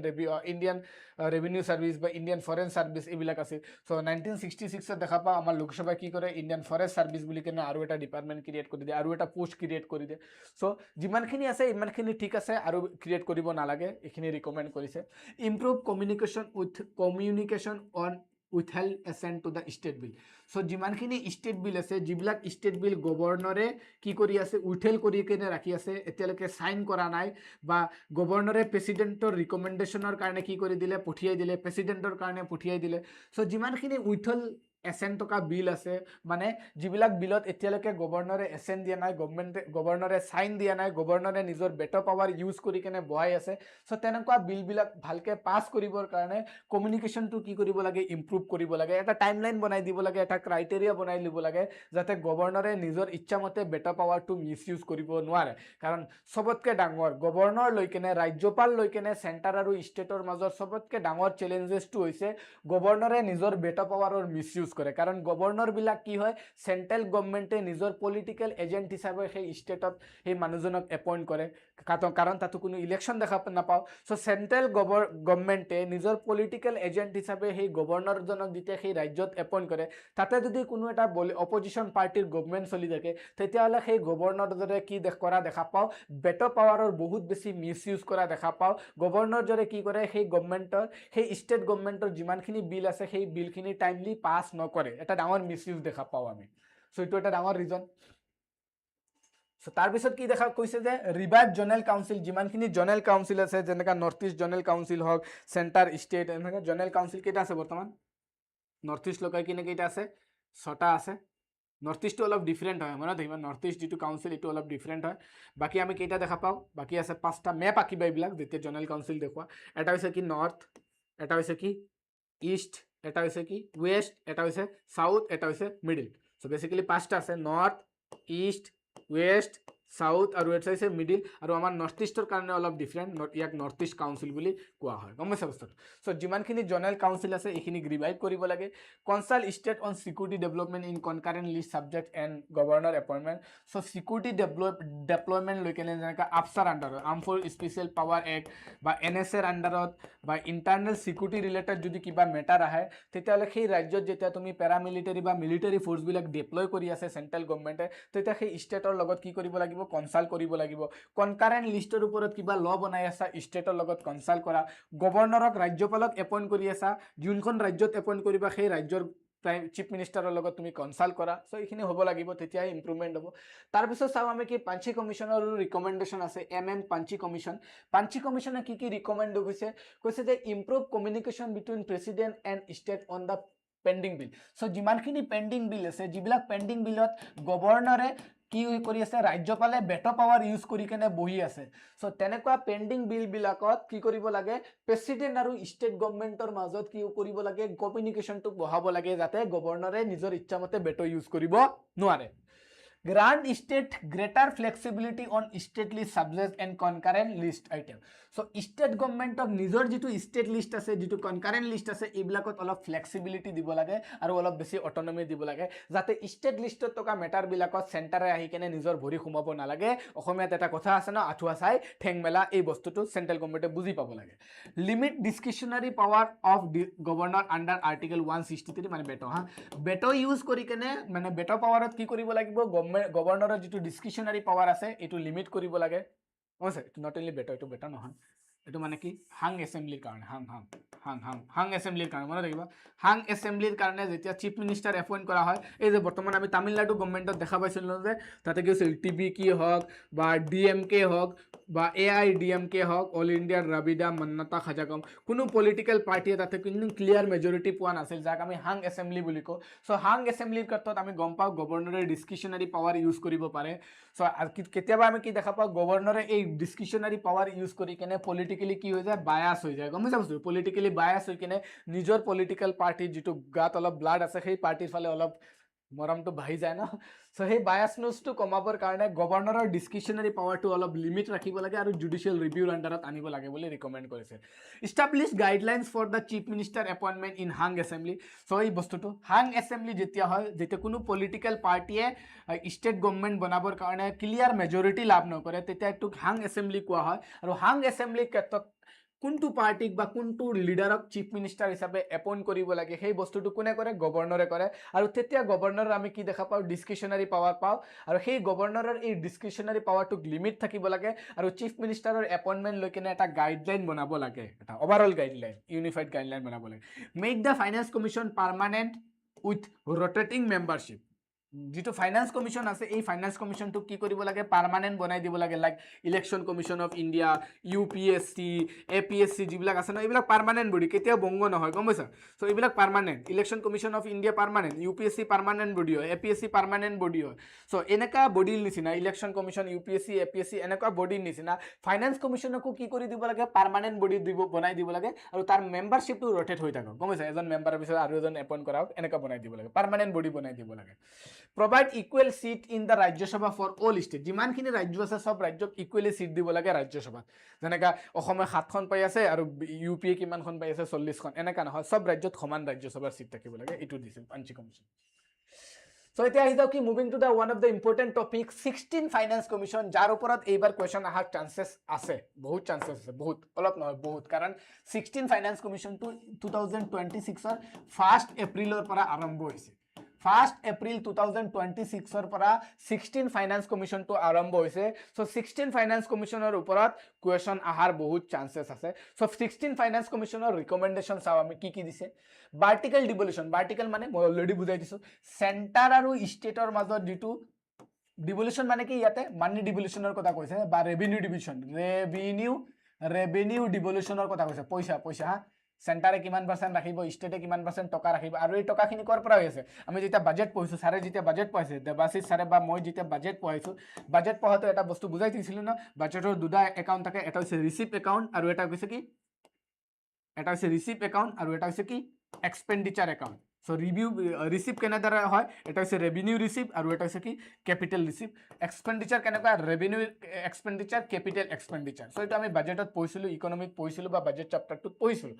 সো ইয়াতে কৈছে যে যিমানখিনি ৰেভিনিউ ৰিসিভড হৈছে সেন্ট্ৰাল গভৰ্নমেন্টে যিমানখিনি ৰেভিনিউ ৰিসিভ কৰিছে তোৰ দা ট্যাক্স কমসা ট্যাক্সৰ পৰা আৰম্ভ কৰি কেনে ডাইৰেক্ট ট্যাক্স ইনডাইৰেক্ট ট্যাক্স এনেকা সেন্ট্ৰাল গভৰ্নমেন্টে যিমানখিনি ৰেভিনিউ ৰিসিভ কৰিছে ৰেভিনিউ ৰিসিভ মনত ৰাখিবা ৰেভিনিউ ৰিসিভ যিমানখিনি ৰেভিনিউ ৰিসিভ কৰিছে বা ক্যাপিটাল যিমানখিনি ৰিসিভ কৰিছে সেই ৰিসিভ কৰা টকাখিনি কেনেকা সেন্ট্ৰাল গভৰ্নমেন্টে আৰু স্টেট গভৰ্নমেন্টে ভাগ বতৰা কৰি লৈ যাব এটো বেসিক্যালি ৰেভিনিউ ডিভলিউশন বা ৰেভিনিউ ডিভলিউশন বুলি কোৱা হয় আৰু এই ৰেভিনিউ ডিভলিউশনটো কোনে কৰে আমাৰ ইন্ডিয়াত ফাইনান্স কমিশনে কৰে এই ৰেভিনিউ ডিভলিউশনৰ কামটো কাৰ ফাইনান্স কমিশনৰ ওচৰত কাম বুজিলে ফাইনান্স সো সেন্টাৰে কিমান পাৰ্সেন্ট টকা ৰাখিব স্টেটে কিমান পাৰ্সেন্ট টকা ৰাখিব সো এটুক বেসিক্যালি কি বুলি কোৱা হয় ভাৰ্টিকেল ডিভলিউশন বুলি কোৱা হয় সো এটুক কি বুলি কোৱা হয় ভাৰ্টিকেল ডিভলিউশন বুলি কোৱা হয় মনত ৰাখিবা ভাৰ্টিকেল ডিভলিউশন সো এটা সেন্টাৰ আৰু স্টেটৰ মাজত হৈ গল তাৰ পিছত আহি যায় কি স্টেট আৰু স্টেটৰ মাজত কেনেকা ভাগ হ'ব কাৰণ সব স্টেটতো সমান পইচা নাপায় অসমে যিমান টকা লাভ কৰে ইউপিএ তো তাতকে বহুত বেছি লাভ কৰে বুজিছা আসামে যিমান টকা লাভ কৰে তাতকে গোৱাই কম লাভ কৰে বুজিছা সো মহাৰাষ্ট্ৰ যিমান টকা লাভ কৰে ইমান টকা তো আমাৰ মিজোৰামে লাভ নকৰে সো স্টেটৰ মাজতো আমি দেখা পাওঁ সমান টকাৰ ভাগ বতৰা নহয় সো ইয়াক আমি হৰাইজেন্টাল ডিভলিউশন বুলি কওঁ স্টেটৰ মাজত যেটো টকাৰ ভাগ বতৰা হয় যেটো কোনে ভাগ বতৰা কৰে ফাইনান্স কমিশনে কৰে তাক আমি কি বুলি কওঁ হৰাইজেন্টাল ডিভলিউশন বুলি কওঁ কি বুলি কওঁ হৰাইজেন্টাল ডিভলিউশন বুলি কওঁ সো এটা সিম্পল বস্তু ইয়াতে ক্লিয়াৰ কৰি লোৱা যে সেন্টাৰ আৰু স্টেটৰ মাজৰ ৰেভিনিউ ডিভলিউশন টু কি বুলি কোৱা হয় ভাৰ্টিকেল ডিভলিউশন স্টেটৰ মাজৰ যেটো ৰেভিনিউ ডিভলিউশন হয় তাক হৰাইজেন্টাল ডিভলিউশন বুলি কোৱা হয় এটো মনত ৰাখিবা হা সো আমি আহি যাও 16 ফাইনান্স কমিশনত সোমাই যাও যিবিলাক তোমালোকক পলিটিত মই পঢ়াইছো ফাইনান্স কমিশন কি হয় তাৰ কাম কি হয় মই অলৰেডি বুজাইছো ইয়াতে ফাইনান্স কমিশন নপঢ়াও ইয়াতে মই নপঢ়াও মানে নপঢ়াই আৰু হা কিমান পঢ়াম পলিটিক পঢ়াইছো অলৰেডি সো 16 ফাইনান্স কমিশনৰ ভাৰ্টিকেল ডিভলিউশন টু চাও 41% share of divisible tax pool to স্টেটক কিমান পার্সেন্ট দিয়া হৈছে 41% যেটো আগত কিমান আছিল 42% আছিল কমাই কেনে 41% কৰি দিছে এক্সক্লুড চাৰ্জেস এণ্ড সুট চাৰ্জেস এখিনি বাদ দি কেনে স্টেট গভৰ্নমেন্টক 41% কি দিছে শেয়াৰ কৰে দিছে বাকিখিনি সেন্ট্ৰাল গভৰ্নমেন্টে নিজৰ আগত হাতত ৰাখিছে আগত 42% দিছিল এতিয়া 41% 1% কমাই দিছে স্টেট গভৰ্নমেন্ট যেটো এটা কি হয় চ্যালেঞ্জেস হয় বহুত ডাঙৰ এটা চ্যালেঞ্জেস হয় ইস্যু হয় সেন্টাৰ আৰু স্টেটৰ ৰিলেশনশিপৰ one of the important issue হয় মনত ৰাখিবা one of the important issue of centre state relation যোনজন চাই আছে ক্লাসটো লাইক কৰি দিবা তাৰ পিছত চাও আমি কি হৰাইজেন্টাল ডিভলিউশন স্টেট হৰাইজেন্টাল মানে কি স্টেটৰ মাজৰ ডিভলিউশন যেটো সো হৰাইজন্টেল ডিভলিউশনটো কেনেকা হয় তাৰ হৰাইজন্টেল ডিভলিউশনৰ এটা ক্ৰাইটেৰিয়া আছে মানে গম পাইছা ক্ৰাইটেৰিয়াটো মানে কি অলপ আগত বুজাই দিছিলো নে ইউপিএ যিমান টকা পাব আসামে সিমান টকা নাপায় গোৱাই যিমান টকা পাব আসামে নাপায় মহাৰাষ্ট্ৰে যিমান টকা পাব আমাৰ আসামে বা আমাৰ মিজোৰামে ইমান টকা নাপায় সবে বেলেগ বেলেগ টকা পায় সো ইয়াক হৰাইজন্টেল ডিভলিউশন বুলি কয় এটো ইউনিফৰ্ম নহয় এটোক আমি কি দেখা পাওঁ বেলেগ বেলেগ এচিমেট্ৰিক ডিভলিউশন দেখা পাওঁ সিমেট্ৰিক ডিভলিউশন দেখা নাপাওঁ ইয়াতে এচিমেট্ৰিক ডিভলিউশন দেখা পাওঁ সো asymmetric devolution দেখা পাও ফালতু সো ইয়াতে চাও horizontal devolutionৰ কাৰণে ক্ৰাইটেৰিয়া আছে সো ইনকামৰ ওপৰত বেস কৰি কেনে 42.5% দিয়া হয় পপুলেশনৰ ওপৰত বেস কৰি কেনে 17.5% দিয়া হয় সেই কাৰণে ইউপি আৰু বিহাৰে বহুত টকা লাভ কৰে and new 10% weight for the GDP contribution. So, june besi GDP di asa, jar besi GDP asa, tak olop besi 10% besi dia hoy. Kamo sa, jitu amar Assam lab kora na, teleke Bihar lab no kore, UP lab no kore, to South state bilake lab kore. Karon hiyoto ba Maharashtra lab kore, West Bengal lab kore, ba Kerala, Tamil Nadu ebilak state lab kore. Kamo sa, karon hiyoto GDP India GDP contribution hiyotor bahut besi, that's why hiyoto eta 10% besi lab kore, toka lab kore. Kamo sa, baki income distance আৰু পপুলেশনৰ ওপৰত বেস্তি কৰি ইমানখিনি weightage দিয়া হয় এটো আছে হৰাইজন্টেল ডিভলিউশন এটো আছে ভাৰ্টিকেল ডিভলিউশন তাৰপিছত গ্ৰান্ট ইন এইড প্ৰভাইড কৰা হয় কিমান দিয়া হয় গ্ৰান্ট ইন এইড 16 ফাইনান্স কমিশনে গ্ৰান্ট ইন এইড কিমান দিছে 9.47 লাখ কৰোৰ দিছে recommended core grant including the 7.9 in local body মানে municipality panchayati raj institution aru amar jiman khini ei body ase autonomous jiman khini body ase ei khini local body boli koha hoy so iate 9.47 lakh crore jekhini grant dia hoise tare ei grant khinir bitorot 7.9 lakh crore grant kak dia hobo local body bilakok grant dia hoise sector specified grant dia hoise মানে এখিনি sector wise কিছুমান grant dia hoise urban bodies allocation urban jiman khini body ase urban body bilakok dia hoise higher allocation for urban body 45% dia hoise for sanitation water and performance based reform disaster management of funding dia hoise disaster and durjog 2.404 lakh crore ki SDRF state disaster relief fund aru SDMF dia hoise 2.04 lakh center state share 90:10 for the northeast and Himalayan state ekhini gom pa ami ke additional saw heat wave and lightning propose jitu El Nino karone ami heat wave ahi ase na so heat wave ba lightning propose as the national disaster upgrade of disaster management system using the technology A2 finance commissioner add kore ase 16 finance commission reform condition ekhini fiscal deficit target dia ase 3.5% fiscal deficit target aru state bilakok 3% fiscal deficit target dise 16 finance commission debt target dise debt mane ki government jiman toka bahiror pora loan loy rin loy ahe ekhini debt buli koa hoy government debt so government debt to reduce koribo lage reduce combined debt to 73.1% of the GDP by 31 লকে কমাবো লাগে revenue deficit or eta target dia hoise overall outlook or eta target li hoisil 41% urban population by 2031 eto target dia hoise so ekhini target hoy basically baki khini devolution hoy so ekhini asil ki basically 16 finance commissioner kisuman recommendation monot rakiba direct question khudibo 16 finance commissioner recommendation boli kine direct question khudibo eitu question UPSC exam ot khudisil yes 2019 ot khudisil UPSC 2019 ot question to khudisil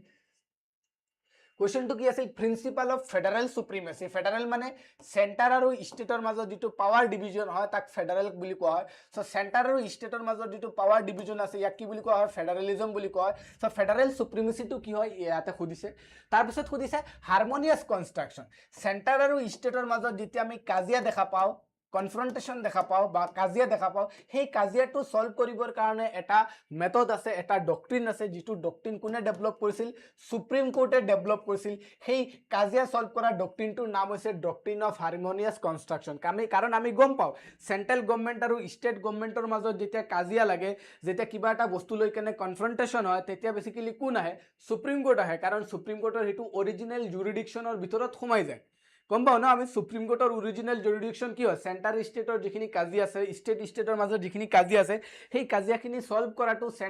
supreme কোৰ্টেৰ original জুৰিডিকশনৰ ভিতৰত আহি যায় so centre আৰু স্টেটৰ মাজত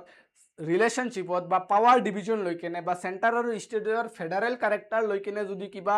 conflict হয় কনফ্ৰন্টেটিভ federalism বা কাজিয়া দেখা পাও বা কিবা চ্যালেঞ্জেস দেখা পাও তেতিয়া হলে সেই যিখিনি চ্যালেঞ্জেস বা সেই যিখিনি কাজিয়া সেই যিখিনি ডিসপিউট সেন্টার আৰু ষ্টেটৰ মাজত যিখিনি ডিসপিউট সেই ডিসপিউটখিনি কোনে সলভ কৰে সুপ্ৰিম কোৰ্টে সলভ কৰে সেই কাৰণে সুপ্ৰিম কোৰ্টে সেন্টাৰ আৰু ষ্টেটৰ মাজত যিমানখিনি ডিসপিউট আছে সেই ডিসপিউটখিনি সলভ কৰিবৰ কাৰণে এটা মেচিন বনাইছিল that machine is known as doctrine of harmonious construction doctrine of harmonious construction use কৰি কেনে সেন্টাৰ আৰু ষ্টেটৰ মাজত যেতিয়া কাজিয়া লাগে সেই কাজিয়াবিলাক সুপ্ৰিম কোৰ্টে সলভ কৰে by using this machine using this doctrine so ইয়াৰ ওপৰত ইউপিএসসি কোৱেশ্চন খুদিছে federal supremacy and principle of harmonious construction তাৰ ওপৰত কোৱেশ্চন খুদিছে সো চাও আমি প্ৰিন্সিপাল অফ ফেডাৰেল সুপ্ৰিমেসিৰ প্ৰিন্সিপালটো চাও আমি ইন কেস অফ কনফ্লিক্ট ইয়াতে লিখি চাও অলপ ফেডাৰেল সুপ্ৰিমেসিৰ চাই লও আমি তাৰ পিছত হেতু চাও objective in case of conflict on a concurrent list subject central law prevail dia hoy eto principle hoy constitutional basis of article 250 central law override the conflict in the state list central state law with precedent assent prevail unless parliament override ekhini ki federal supremacy kotha aise ensure national uniformity judicial vacancy jobar by versus state of bombay case appel central law supremacy limitation apply only when the conflict is directed to the unborn so yata moi eta case add korise SR bomai case কি কৈছে SR bomai case লিখি লবা SR bomai case কৈছে center state relation is a basic structure doctrine বুলি লিখিম হা basic structure doctrine এই question under যেটো basic structure so basic structure doctrine হিচাপে এড কৰা হয় সুপ্ৰিম কোৰ্টে এড কৰে so এটো কনক্লুজন হিচাপে লিখিব পাৰা সেন্টাৰ ষ্টেটৰ যেতিয়া কোৱেশ্চন আহিব তেতিয়া এজ এ কনক্লুজন হিচাপে তোমালোকে এই লাইনটো লিখিব পাৰিবা এনেকা লিখিব পাৰিবা যে centre state relationship in our democracy is so significant that Supreme Court in SR Bomar case declares center state relationship as a basic structure doctrine এনেকা কনক্লুজন তোমালোকে লিখিব পাৰা গমছে এক মার্ক পাই যাবা SR Bomai case center state relation of basic structure doctrine হিসাবে declare করে এটা sir doctrine of harmonious construction meaning sir it interpret law allow centre and state law centre law আর স্টেট লর মাজত যদি কিবা কনফ্লিক্ট আহে এই কনফ্লিক্টটো এই কনস্ট্ৰাকশনৰ থ্ৰু দি কেনে এই ডক্ট্ৰিনৰ থ্ৰু দি কেনে কি কৰা হয় সলভ কৰা হয় balance power across union state and concurrent list state list union list আৰু concurrent listor যিখিনি পাৱাৰ আছে সেই পাৱাৰ খিনি ডিমাৰ্কেট কৰে বেলেন্স কৰি ৰাখে এই ডক্ট্ৰিনটোৱে promote cooperative federalism basically cooperative federalism of promote kore court reconcile the provision to uphold the legislative intent so examples are state of Rajasthan versus G Chawla case harmonious public order and wireless communication law so to as an example is limitation ase used in the conflict are reconcilable through the interpretation so jota tota no hobo limitation ase so ekhini asil ki center state relation I hope kokole bujhi paisa aji center state relation or bahut khini topic discuss korilu center state relation to aji shekh hua nai aji part 1 to lisu center state relation or aji part 1 to lise part 2 to ahakali ahibo bahut keta topic etio baki ase bahut supreme court or judgment ase etio ami sam water dispute আছে river interlinking আছে গমছে বস্তুটো বহুতখিনি বাকি আছে কেন বেটুয়া river লৈ কেনে কাজিয়া চলি আছে ন পটেজ চলি আছে ন সো এইবিলাক বস্তু আমি অহাকালি ক্লাছত কভাৰ কৰিম যিমানখিনি কাৰেন্ট ইস্যু আছে সেন্টাৰ ষ্টেট ৰিলেশন লৈ কেনে সেন্টাৰ ষ্টেট ৰিলেশনৰ যিমানখিনি কাৰেন্ট ইস্যু আছে যিমানখিনি এক্সামত খুদিছে পিৱাইকিউ যিমানখিনি আছে অহাকালিৰ ক্লাছত আমি এইখিনি কমপ্লিট কৰিম আজিলৈকে ইমানে থাকক থ্যাংক ইউ এভৰিৱান যোনে ক্লাছটো চাই আছে এটা লাইক কৰি দিবা ইমান আৰু ক্লাছটো কেনেকা লাগিছে জনাবলৈ নাপাহৰিবা আজিলৈ ইমানে থাকক থ্যাংক ইউ এভৰিৱান